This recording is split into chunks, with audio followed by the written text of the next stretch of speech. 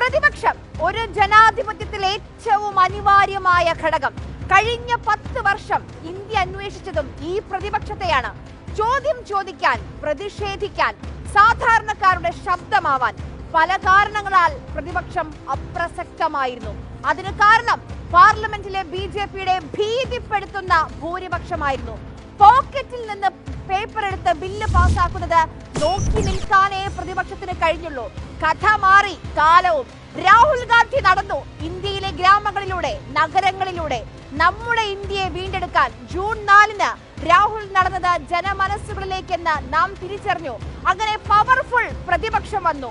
കോൺഗ്രസ് ഒറ്റയ്ക്ക് നേടി 99 സീറ്റുകൾ.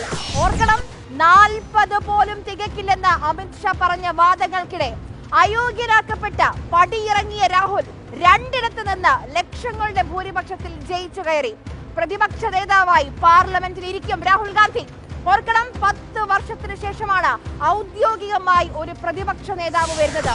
ഇനി ഏകപക്ഷീയമായി നിയമങ്ങൾ, ബില്ലുകൾ കൊണ്ടുവരിക എളുപ്പമാകില്ല. ആദ്യം സഖ്യകക്ഷികളെ ബോധ്യപ്പെടുത്തണം. പിന്നെ പ്രതിപക്ഷമുണ്ട്, ഇന്ത്യയുണ്ട്, ഇന്ത്യ സഖ്യമുണ്ട് ചോദ്യങ്ങൾ ചോദിക്കാൻ. ഓഹരി കുംഭകോണത്തിലെ പവർ പോയിന്റ് പ്രസന്റേഷനിലൂടെ രാഹുൽ പണി തുടങ്ങിയെന്ന് കാണിച്ചു തന്നു. ഇനി പാർലമെന്റിൽ ജനാധിപത്യം. തൽക്കാലം പ്രതിപക്ഷത്തിരിക്കാനുള്ള തീരുമാനം അടുത്ത കാലത്ത് രാജ്യം കണ്ട ഏറ്റവും മികച്ച പൊളിറ്റിക്കൽ സ്റ്റേറ്റ്മെന്റ്. ഇനിയുള്ള നാളുകൾ ഇന്ത്യ ഷൈനിങ്.